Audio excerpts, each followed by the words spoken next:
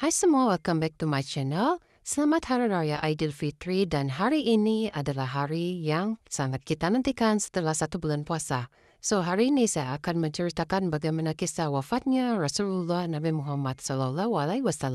Oke, sebelum saya masuk kepada kisah wafatnya Rasulullah, saya mau cerita dulu macam mana Rasulullah ini pada saat dia melakukan haji wada. Jadi haji wada ini adalah haji terakhir yang dilakukan oleh Rasulullah setelah beliau diutus sebagai rasul, di mana sekitar 4 bulan setelah melakukan haji wada ni, si Rasulullah ni pun jatuh sakit dan akhirnya meninggal dunia. Selain itu, haji wada ni juga penting untuk kita semua tahu, sebab dari sinilah hukum-hukum yang berkaitan tentang ibadah haji mulai diterapkan. Jadi pada tahun 10 Hijriah, Rasulullah ni telah diperintahkan oleh Allah SWT untuk melakukan ibadah haji. Dan juga haji yang Rasulullah buat ni pada tahun tersebut merupakan haji terakhir beliau. Sehingga di mana sampai sekarang ia dikenal sebagai haji wada. Dan dalam bahasa Malaysia, haji wada ni merupakan haji perpisahan lah. Jadi selepas mendapatkan perintah daripada Rasulullah SAW pun baginda langsunglah dia umumkan bahawa dia akan pergi berhaji. Jadi pada masa itu Rasulullah juga dia menjemput kaum-kaum muslimin di Madinah tu untuk ikut beliau lah, siapa yang berminat. Jadi pada saat itu dalam sekitar 114,000 kaum muslimin yang ikut, kalau tidak silap, membuat ibadah haji dengan Rasulullah lah. Jumlah ini merupakan jumlah yang paling besar lah dalam seingat selama 23 tahun dia coba berdakwah untuk menyebarkan agama Islam. Dia bermula dengan 40 orang pengikut, daripada 40 orang pengikut jadi 100 orang dan 114,000 orang itu adalah merupakan perubahan yang sangat besar lah pada saat itu. Selama 23 tahun dia berdakwah. Jadi perjalanan daripada Madinah ke Mekah ini mengambil masa 8 hari. Rasulullah dan rombongan dia itu akhirnya tiba di Mekah pada 4 Zulhijjah. Sesampainya di sana, Rasulullah pun mengajak rombongan itu untuk pergi ke Bukit Safa untuk melakukan sa'i dengan berlari kecil dari Bukit Safa ke Bukit Marwah sebanyak 7 kali lah durang ulang-alik begitu dan melakukan sa'i. Rasulullah juga menginap di Makkah selama 4 hari dari tanggal 4 hingga 8 Zulhijjah. Memasuki tanggal 8 Zulhijjah, barulah Rasulullah dengan para rombongan itu pergi ke Mina untuk bermanasiklah dan menginap selama 1 malam. Keesokan harinya pada 9 Zulhijjah, setelah sholat zuhur, Rasulullah ni dia mengajak rombongan dia ke Arafah untuk berwukuf, yaitu di mana untuk berdiam diri untuk merenungi dosa-dosa dan juga mensyukuri nikmat yang Allah SWT sudah bagi. Jadi sebab very sacred the moment, beberapa ulama itu telah menyebutkan bahawa berwukuf di Arafah ni adalah puncak bagi ibadah haji itu.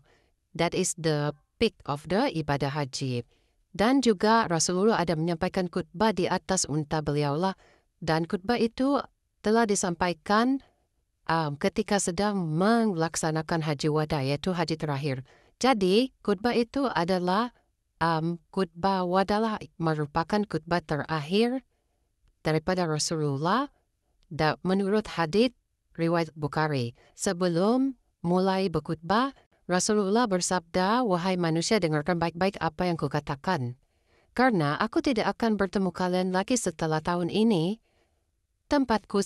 di tempatku saat ini." Dan juga Rasulullah berkhutbah bahawa ada beberapa pesan-pesan penting lah, di antaranya dia meminta umat-umat di situ berpegang teguh kepada ajaran Al-Quran dan juga menjaga persatuan, menghormati kaum perempuan, melarang kaum muslim mengambil hak saudaranya, dan lain. Dan juga Rasulullah berkhutbah tentang itu semualah.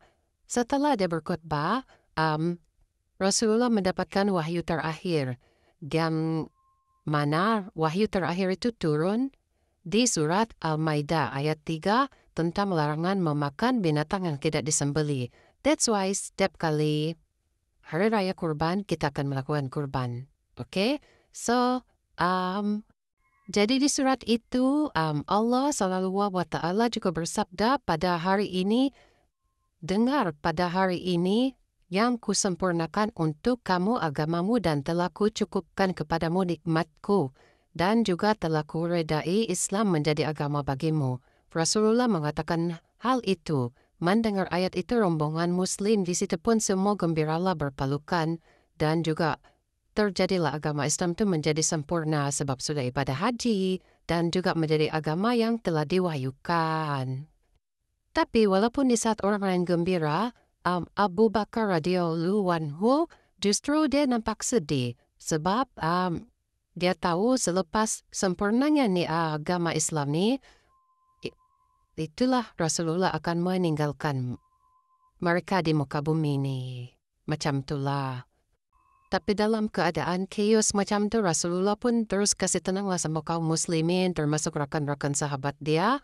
Lalu dia mengajak diorang berfokus lagi untuk ibadah haji wada.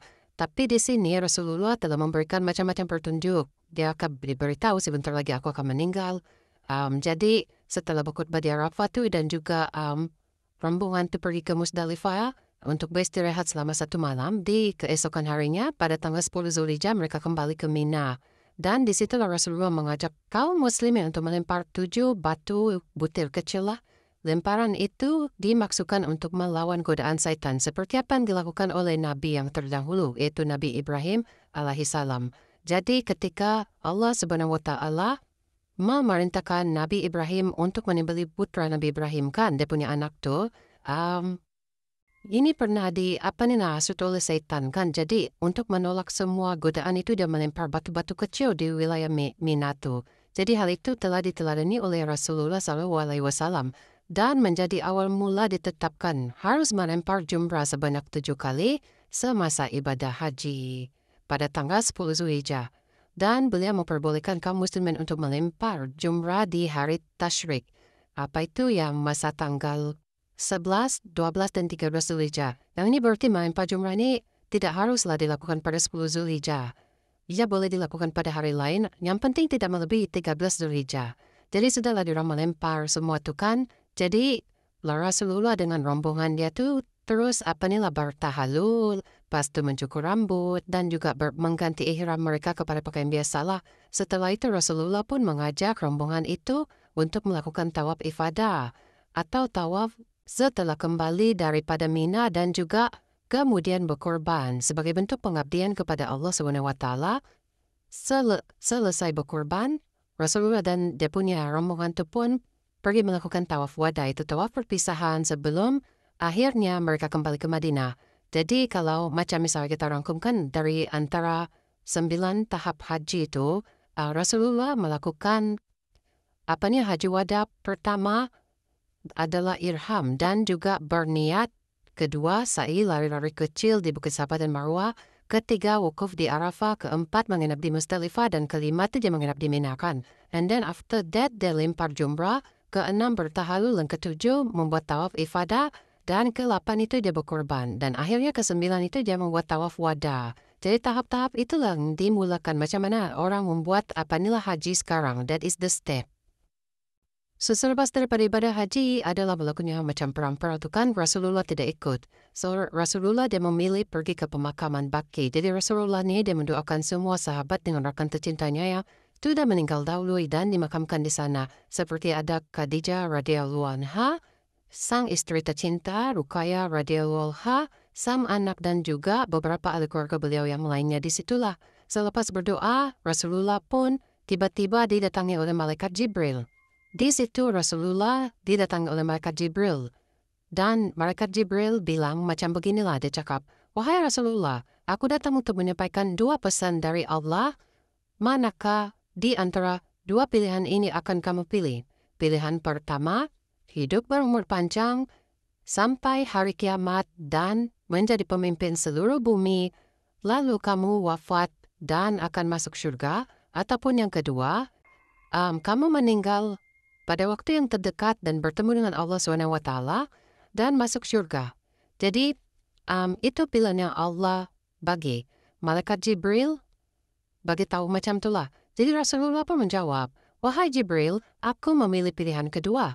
Aku ingin segera meninggal dunia dan waktu dekat dan mempunyai waktu dekat dengan Allah SWT." Jadi setelah menjawab pertanyaan Jibril itu, Rasulullah berkata, "Abu Muhaira Abu Muhaidah. Dia beritahulah sama kawan dia tuh, aku baru saja didatangi oleh malaikat Jibril.